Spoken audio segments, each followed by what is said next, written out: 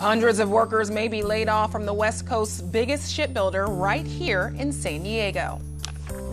I'm Claire Tregesser at the site in El Cajon, where the community has been gathering for almost a month, ever since an unarmed man was shot by police. Now their memorial has been replaced with this police tower. And Syrian refugees work to build new lives here in San Diego County. KPBS Evening Edition starts right now.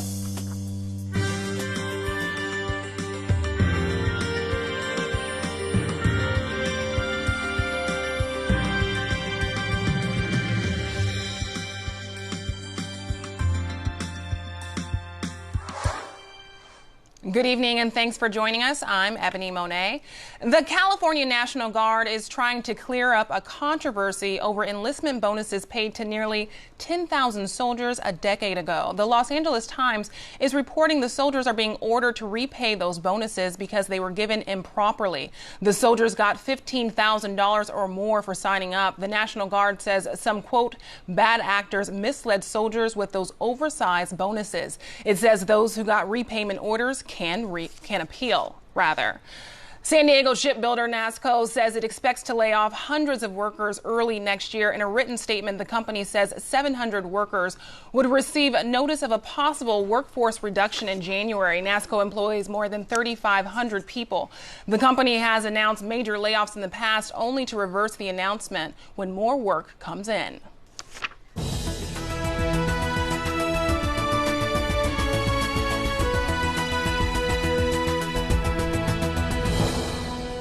Voting rights advocates in California say they will monitor more polling places than usual on Election Day. They're worried about possible voter intimidation prompted by Republican Donald Trump's claim the presidential election is rigged against him. The Republican National Committee says it will have lawyers at polling places to safeguard the integrity of the election. More than 18 million people are registered to vote in California. It's a record high. You can still register up until midnight tonight. A group at UC San Diego is trying to get as many last-minute registrations as possible. KPBS video journalist Katie Shulev says they're trying to maintain their lead as the UC school with the most students registered to vote.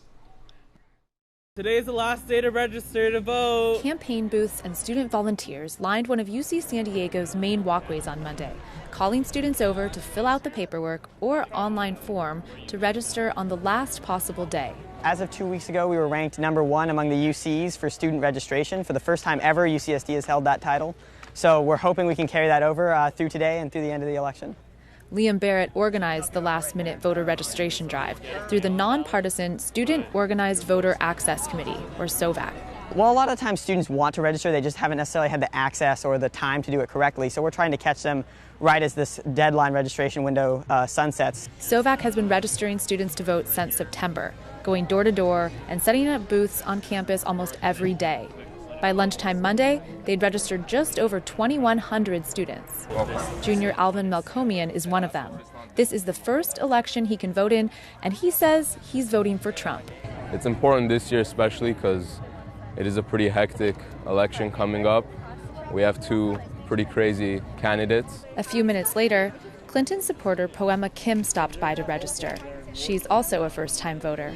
This is probably going to be one of the most important elections in my opinion, and there's a lot of people who are just voting without being informed, and I'm not saying I'm perfectly informed, but I'm more informed than a lot of people who are just like going off of their personal opinions or getting riled up by like Donald Trump, and I don't think that not voting is any better than voting for Donald Trump. In an effort to boost turnout, Barrett says they invited all local candidates to set up booths on campus today, and 9 of them said they'd be here. The goal was to register 4,000 students by the end of today. Katie Shulev, KPBS News. President Barack Obama waved a final goodbye to San Diego this afternoon after wrapping up a quick fundraising trip for Hillary Clinton. It began Sunday night. At today's event in La Jolla, Obama defended his presidency, saying the country is better off than when he was elected in 2008. He was able to slip in a round of golf at Torrey Pines before taking off to Los Angeles, where he's set to appear on Jimmy Kimmel Live. At another fundraiser in La Jolla last night, Obama took a shot at San Diego Congressman Darrell Issa for using a picture of Obama on a campaign mailer, talking about how Issa had worked with the president on some of the issues. Obama called it the definition of chutzpah, especially since Issa once said the Obama administration was perhaps the most corrupt in the country. Repair San Diego, that's the slogan coming from the campaign supporting Measure A on the November ballot. KPBS Metro reporter Andrew Bowen takes a look at one of the campaign's mailers as part of our Show Us Your Mailers series. Measure A would raise the county's sales tax rate by 0.5%. Most of the money would go to public transit, but the big selling point is road repair. Supporters of Measure A have made videos, including this one with talking potholes. They've also sent out mailers. One mailed recently says Measure A provides $4.3 billion to repair roads and potholes in every community. But that's somewhat misleading. The $4.3 billion would go to local governments to spend on all kinds of infrastructure, not just road repair. They could use it for habitat preservation, beach sand, or public transit. And there's another reason to cast doubt on the numbers. The Voice of San Diego published an investigation today. They say Measure A is likely to raise far less money than expected. Go to kpbs.org for a closer look at this mailer and more information on Measure A. Andrew Bowen, KPBS News.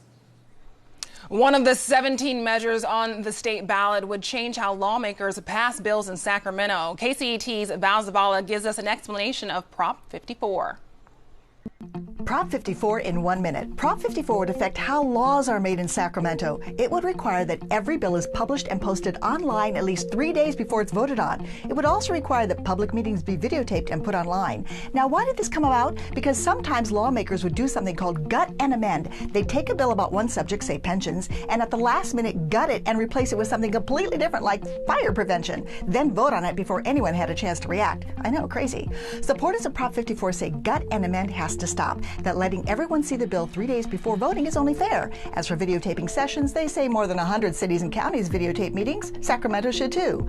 Opponents of Prop 54 say it will slow down lawmaking, that every little change will mean a delay of 3 days. They say powerful lobbyists would have time to attack and derail compromises, and video of public meetings could be misused in political ads. In sum, a yes vote means you want bills to be made public 3 days before the vote.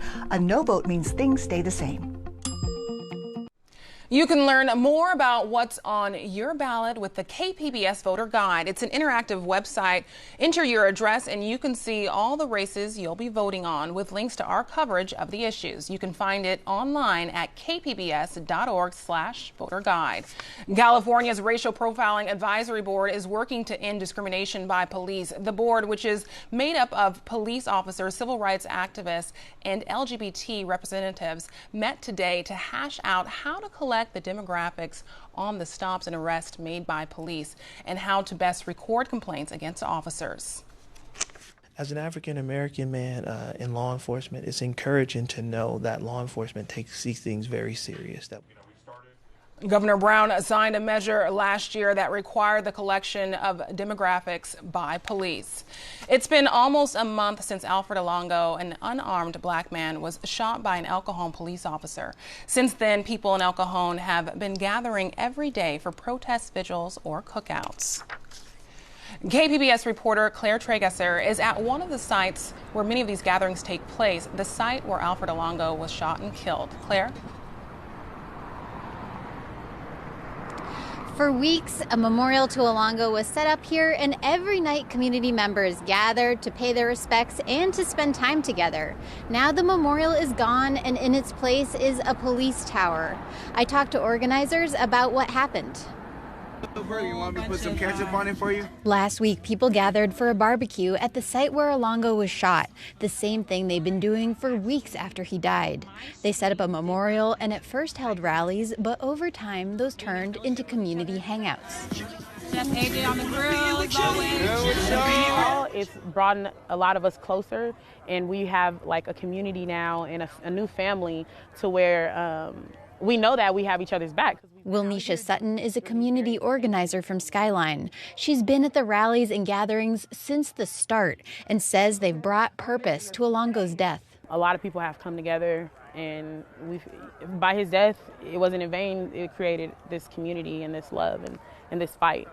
Last week, police made them stop gathering in the spot where Olango was killed. They had to take down the memorial. It was replaced with a police tower. Now the community meets at a nearby park and on Sunday rallied peacefully at El Cajon Civic Center. Hold the man hostage, 'cause to live in Babylon, you've got to obey the rules. People there talked about the sparks that have been set off from Olango's death. Those sparks, they said, are igniting change. Great things have come. Some of the leaders you see here, right here, the ones that are in the audience right now that are in front of the camera, there's a lot of people emerging and stepping up to the plate. People are encouraging each other to register to vote and get involved in local politics. Instead of standing outside and waiting for them to come to us and harass us, we're going to start going in your courtrooms. We're going to start going in your council meetings. We're going to study just like you study. But they are also still fighting for justice from the shooting. They want the man who shot Olango, Officer Richard Gonzalez, to be fired and to be charged with murder. And they want elected leaders to work with them for change. I'm doing what the society wants us to do, what the government tells us to do, get people to vote, tell them about propositions. We're doing that, but yet and still, you're still killing our people. Organizers say they also plan to go to the city council meeting tomorrow. Reporting in El Cajon, Claire Tregesser, KPBS News. Thanks, Claire. California's Office of the Patient Advocate has released a new set of report cards on health plans and medical groups. KPBS health reporter Kenny Goldberg says the report cards offer scores on both clinical performance and patient experience. The 2016 report cards rate California's 10 biggest HMOs and 5 largest PPOs. They also rate participating medical groups in each county. And there are ratings on the average amount patients and health plans pay annually for care. Anthony Wright is executive director of the nonprofit Health Access California. He says it's good information for consumers. But it also is important for policymakers and advocates to be able to see what's going on in our healthcare system. Are the insurers living up to the promises and to the standards that we want them to? Wright says the report cards can help consumers make better choices in November's open enrollment period. Kenny Goldberg, KPBS News. The report cards are available at opa.ca.gov. Thousands of Californians face long delays at the DMV today, including offices right here in San Diego. Officials say it was because of a widespread computer failure. Networking problems took the DMV computers offline for several hours. During the outage, DMV offices continued conducting driving tests, and simple transactions were completed offline the old-fashioned way with paper and pen.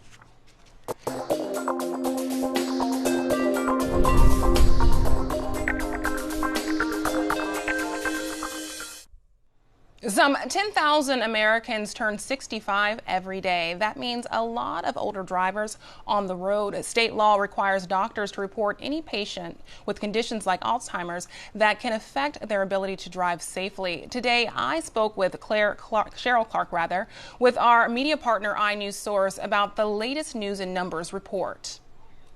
So, Cheryl, can you tell me about how many people every year here in California are diagnosed with Alzheimer's? Well, we don't really know. We know that the Alzheimer's Association says that about 500,000 people are diagnosed every year, or one person every 66 seconds. So we extrapolated to California, which usually has about 10% of everything. So we figured maybe 50,000 people diagnosed with symptoms like Alzheimer's every year. So how many people are having their driving privileges either suspended or revoked every year in California as a result of impairments like Alzheimer's? Well, when we asked the DMV, they sent us their statistics for what the law has required them to do. The law in California is one of 6 states in the nation that requires doctors to report lapse of consciousness-like symptoms in any of their patients. And 2 of the categories of lapse of consciousness are dementia and Alzheimer's disease. But we found that the DMV has taken an action against the licenses of only between 4,400 and 6,400 people a year for the last 10 years in the state of California. So there's a big gap between, say, around 50,000, give or take, and 5,000 or 6,000. So we asked some doctors, what happens when you have a patient who is older? Do you scrutinize them to their ability to drive a motor vehicle? And most of the doctors that we talked to said no, they avoid it. And they avoid it for a number of reasons. One reason is that they don't like paperwork. They don't want to have to report to the DMV that a patient has cognitive deficit.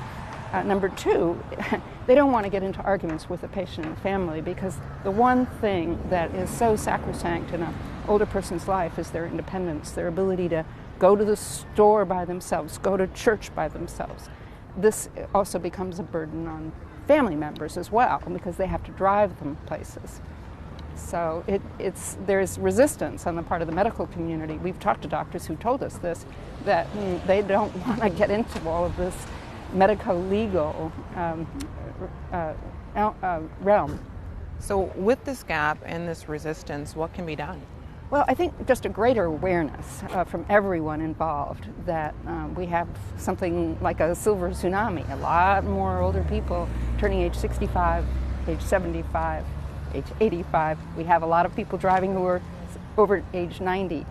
And we have to ask ourselves, well, we know that putting limits on their driver's licenses may come with some consequences. They may not be able to live in the same places, but we should weigh that against the real concern that we have for not just the patients themselves, the drivers themselves, but other people on the road. Thank you so much. Thank you, Benny.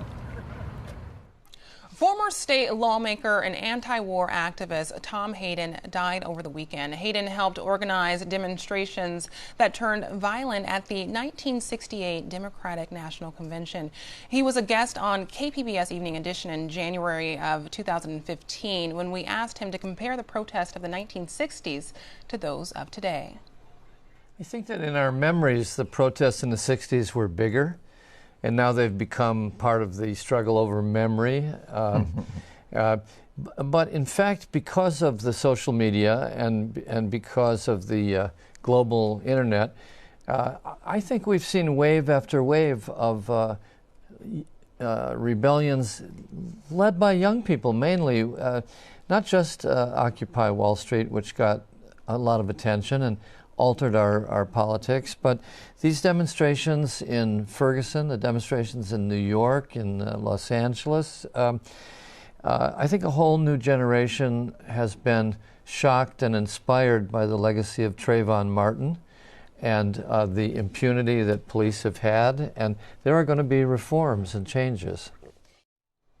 Hayden died in Santa Monica yesterday after a long illness. He was 76 years old.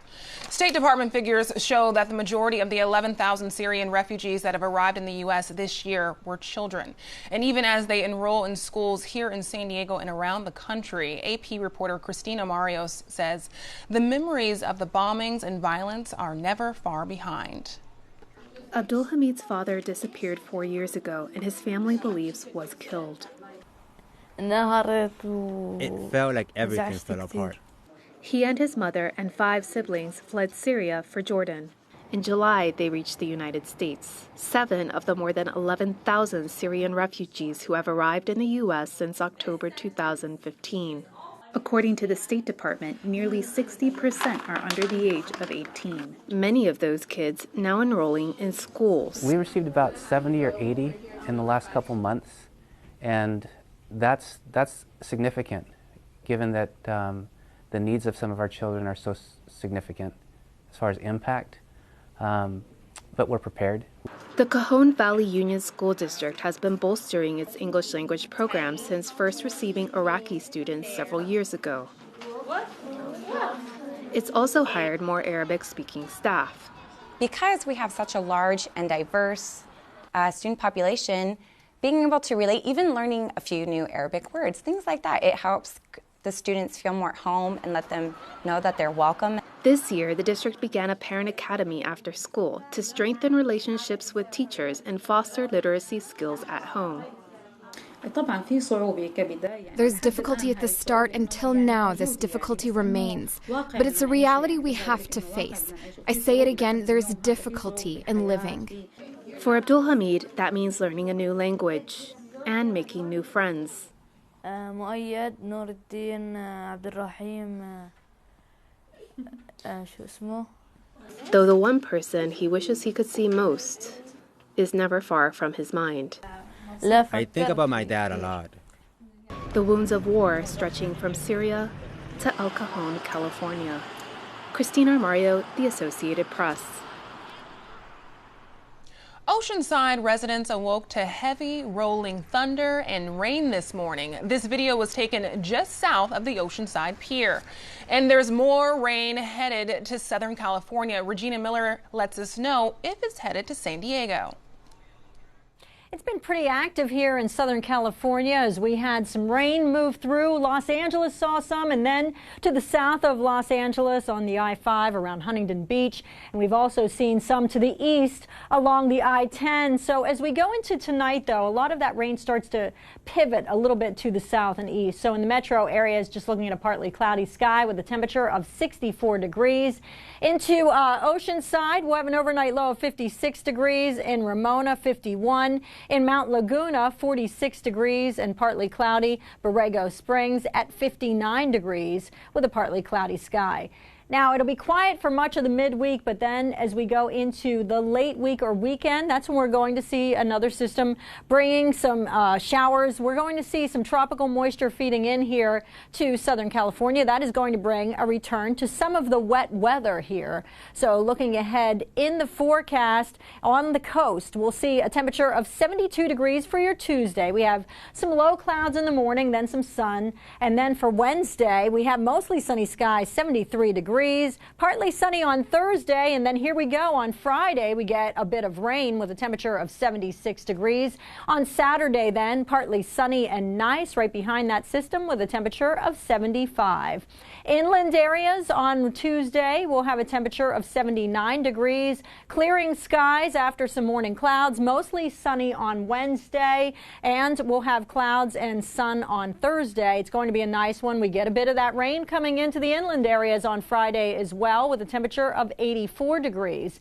The mountain regions, 64 degrees for your Tuesday, so a cool day, 67 then on Wednesday, 68, so it just keeps bumping up here for Thursday. There'll be a shower or two even in the mountain areas on Friday with a temperature of 64, then partly sunny on Saturday.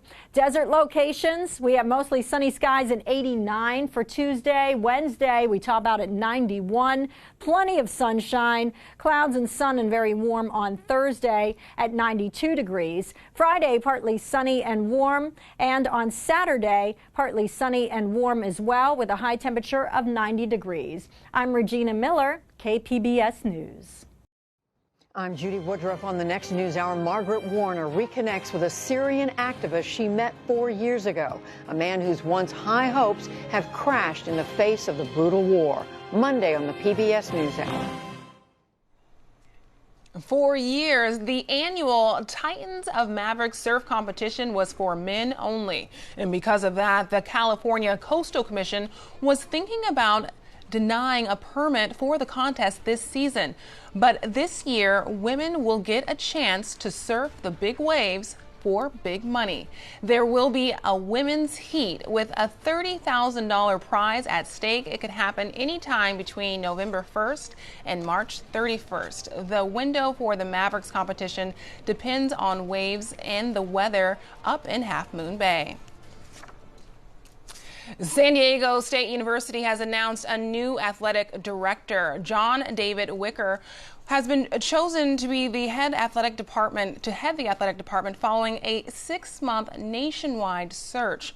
Wicker was an associate athletic director at SDSU for 4 years before leaving last year for Georgia Tech. He says he's returning to an athletic program that's experiencing an unprecedented success. Academically, our student athletes achieved a spring semester GPA of 3.01 last spring, the highest GPA ever for the department. We had 314 scholar athletes last year, which is 60% of our student athletes, and all teams are well above the APR threshold. So our student athletes, who are really the reason that we're here, are achieving in the classroom, which is so important. Athletically, they're achieving as well. Athletically, the Aztecs football team leads its division in the Mountain West Conference. The men's basketball team is picked to win the conference. Wicker is replacing Jim Sturck, who departed the University of Missouri in August. Here's a look at what we're working on for tomorrow in the KPBS newsroom. On Morning Edition, building more homes in San Diego is an idea many agree on, but where to put them has sparked dispute. We look at both sides of Measure B, which would offer housing in Lilac Hills. And on Midday Edition, Proposition 52 aims on ensuring funding for Medi-Cal. We'll let you know who's for it and who's against it. That's tomorrow on KPBS Radio.